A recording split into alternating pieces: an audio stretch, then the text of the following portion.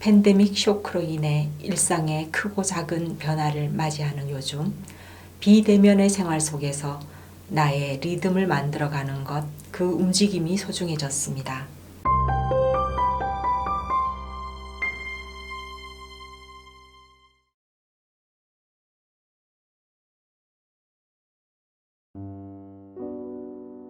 오늘 읽을 책은 피아니스트 손여름의 하노버에서 온 음악 편지입니다. JTBC가 3년 전 고전적 하루라는 음악가 인터뷰 기획 특집을 방영하였습니다.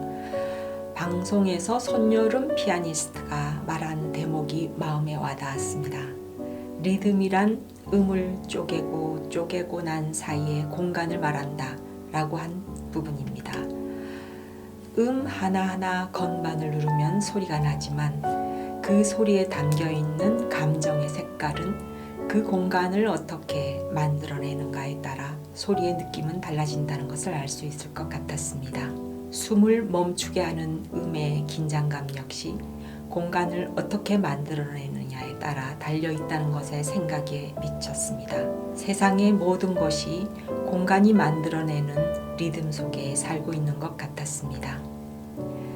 2015년에 발간된 이 책은 그 당시 재미있게 읽고는 잊고 있었던 것인데 찾아보니 리듬에 관한 글이 있었고 제목이 우리를 움직이게 하는 리듬이었습니다. 다른 책을 준비하고 있었습니다만 팬데믹 쇼크로 인해 일상의 크고 작은 변화를 맞이하는 요즘 비대면의 생활 속에서 나의 리듬을 만들어가는 것, 그 움직임이 소중해졌습니다. 손여름이 말하고 있는 리듬을 그의 글을 통해 함께 나눠보고 싶습니다. 묵직한 발걸음 대신에 스타카토의 발걸음. 피아노 건반을 종횡무진하는 손여름의 손놀림처럼 우리들의 손놀림도 생활 속의 움직임을 리듬으로 만들어내면 삶이 훨씬 풍요롭고 명랑해지는 것 같습니다. 손여름의 글은 본인이 깊이 생각하고 실험해 본 것을 설명해 주듯 쓰여 있습니다. 좋은 문장을 읽는다기보다는 자신의 생각을 충분히 전달하고 싶은 열정으로 낭독하여야 할 것 같습니다.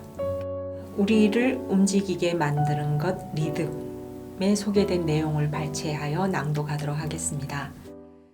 내 리듬감이 만족스럽지 않았던 건 바로 이 점에서였다. 나는 분명 박자는 잘 맞추는데 어떤 이유에선지 사람을 움직이게 할 만한 리듬은 만들어내지 못하는 것 같았다. 그러던 어느 날 문득 나도 폼나는 리듬감을 갖고 싶다는 생각이 들었다. 이대로 있을 수는 없다. 즉시 스스로에 대한 조사에 착수했다.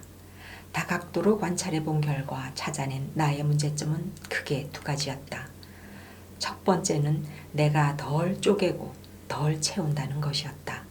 두 가지는 얼핏 반대의 개념처럼 들리지만 상응하는 맥락이다. 이런 예를 들어 설명해 보겠다. 여러 개의 작은 공을 속에 채워 넣어 만들어야 하는 아주 큰 비닐로 된 공이 있다. 이 큰 공이 잘 굴러가게 하려면 어떻게 해야 할까?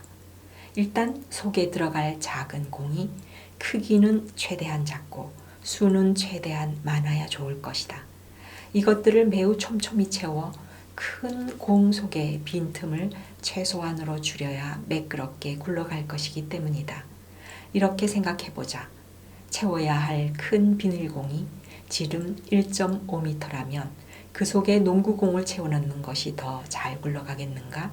테니스공을 채워넣는 것이 더 잘 굴러가겠는가? 당연히 후자다. 농구공들 사이의 빈틈은 장애물을 만나면 쉽게 멈출 테니 말이다.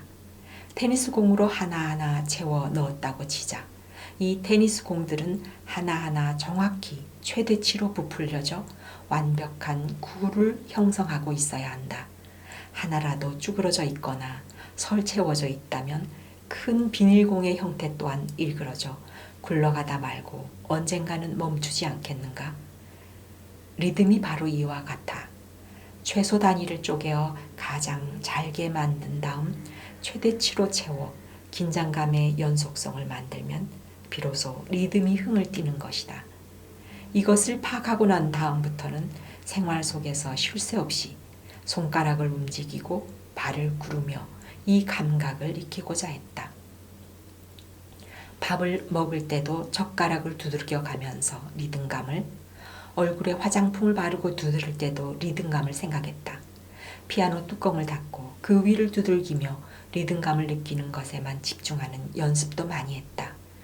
음악을 들을 때는 무조건 고개를 좌우로 까딱이고 가끔씩 스텝을 밟아보거나 손으로 스윙을 만들어보는 습관을 들였다.